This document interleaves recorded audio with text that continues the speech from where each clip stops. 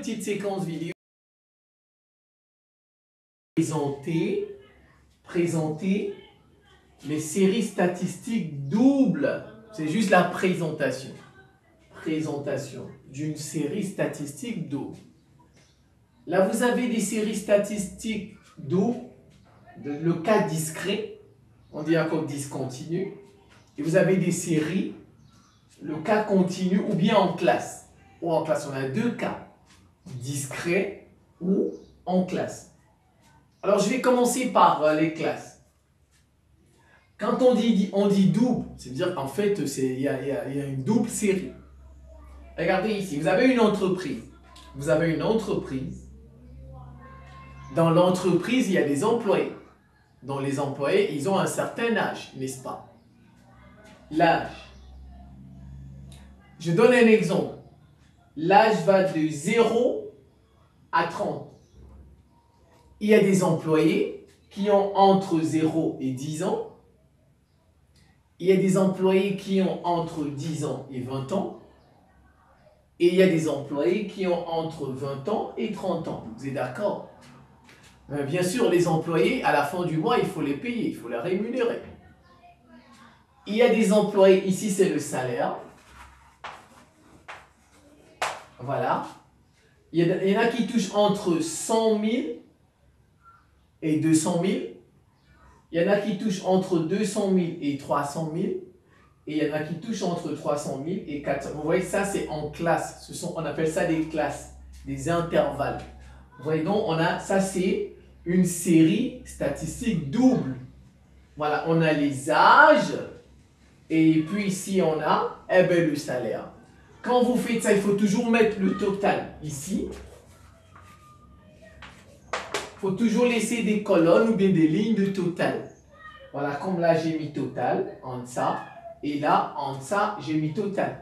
Alors maintenant, il peut arriver qu'on vous pose des questions intermédiaires comme la moyenne, la médiane, ainsi de suite. Donc, alors, il faut toujours laisser de la place parce que vous savez, statistique, c'est mieux avec les tableaux.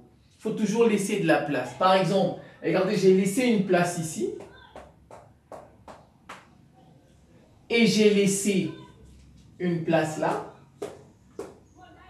Voilà. Et j'ai laissé encore des places ici.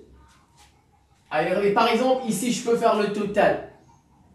Il y a combien d'employés qui ont entre 0 et 10 ans? On peut vous demander ça, n'est-ce pas? 21, donc ça fait 26. Il y a 26 employés qui ont, parce que ça, c'est le nombre d'employés. Il y a 21 employés qui ont entre 0 et 10 ans et qui touchent entre 100 000 et 200 000. Et ainsi de suite, vous faites pour chacun. Entre 10 ans et 20 ans, il n'y a pas d'employés, mais qui touchent entre 200 000 et 300 000. Là, il n'y a pas d'employés. Ouais, là, il n'y en a pas. Les gens qui touchent entre 200 000 et 300 000 et qui ont entre 10 ans et 20 ans, il n'y en a pas. On peut vous demander de faire le total. Le total des gens qui ont entre 10 ans et 20 ans, ça fait 18. Vous êtes d'accord? Et ainsi de suite. Mais aussi, on peut vous demander de faire le total des salariés qui touchent entre 100 000 et 200 000. Vous êtes d'accord? Je vais prendre ça. Entre 200 000 et 300 000, il suffit de compter ça, ça fait 16. Ouais, on peut remplir le tableau, on peut vous poser des questions et puis c'est à vous de le remplir. Donc je vais m'arrêter là. Maintenant, regardez, j'ai laissé des espaces ici pour les centres de classe. Parce que pour faire par exemple la moyenne, tout ça, on a besoin de faire les centres de classe, la médiane et ainsi de suite. Alors, il faut toujours laisser une place en haut, ça vous permet de faire les centres de classe. Donc ça fait 0 plus 10, ça fait 10 divisé par 2, ça fait 5. Vous êtes d'accord? 10 plus 20, ça fait 30. 30 divisé par 2, ça fait 15. Ça sont les centres de classe. Regardez, centre de classe, ça et ça. Et vous faites pareil ici. 100 000 plus 200 000, 300 000. 300 000 divisé par 2, 150 000. Et vous mettez ici 150 000. Et ainsi de suite. Voilà un peu une série statistique double. Et dans le cas où nous avons des classes. Voilà, des intervalles, des séries continues. Voilà un peu comment ça se présente et vous pouvez gérer, on peut vous poser des questions, c'est juste la présentation. Alors maintenant ici, vous avez des séries discrètes. Dans le cas des séries discrètes, vous avez deux types de tableaux. On peut faire deux types de tableaux. Il y a ce qu'on appelle les tableaux linéaires et puis il y a les tableaux, on va dire comme ça, à double entrée. Tableau linéaire et tableau à double entrée. Voilà, c'est parti. Vous avez des candidats. On peut déjà vous demander. Vous avez les candidats. Le candidat A, le candidat B, le candidat C, le candidat D, le candidat E, le candidat F. Il y en a combien? 1, 2, 3, 4, 5, 6. Il y a 6 candidats. Voilà, 6 candidats. Il y a 6 candidats. Alors, mais il y a deux matières. Vous avez les notes de mathématiques, vous avez les notes de physique-chimie. Vous voyez, c'est pourquoi on dit série double. Vous avez une double série. Voilà, une première série, une deuxième série. Vous avez une série de notes de mathématiques, vous avez une série de notes de physique-chimie. Comme ici, vous avez des classes d'âge et vous avez des classes de salaire. Vous voyez, ça c'est la première série, ça c'est la deuxième série. Alors maintenant ici, on vous dit, le candidat A, il a 6 en maths, 11 en physique-chimie.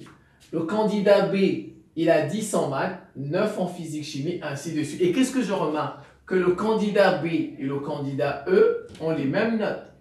Ils ont les mêmes notes. Le candidat B et le candidat E, ils ont 10 en maths et 9 en physique-chimie. On peut vous poser des questions comme ça. Alors maintenant, si on me demande de faire le tableau à double entrée de cette série, là c'est un tableau linéaire, on me demande de faire un tableau à double entrée, qu'est-ce que je peux faire? Alors je commence toujours par la plus petite note. Ici, j'ai mis les maths. J'ai mis les maths, on met en ordre croissant. On met en ordre croissant. Ici, j'ai mis les maths. Voilà, je commence par la plus petite note. Il y a le 6. Après le 6, c'est le 10.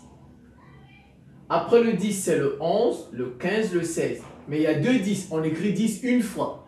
Même s'il y a un nombre 50 fois, on l'écrit une fois. Une note, on l'écrit une fois. Alors, regardez, j'ai mis le 6.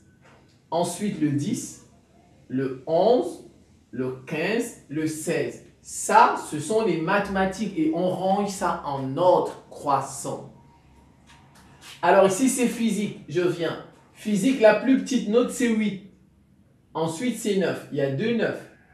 Il y a 11, 13, 18. Même chose dans 8, 9, 11, 13, 18. Il y a 2 9, mais je l'écris une fois. On écrit toujours une fois.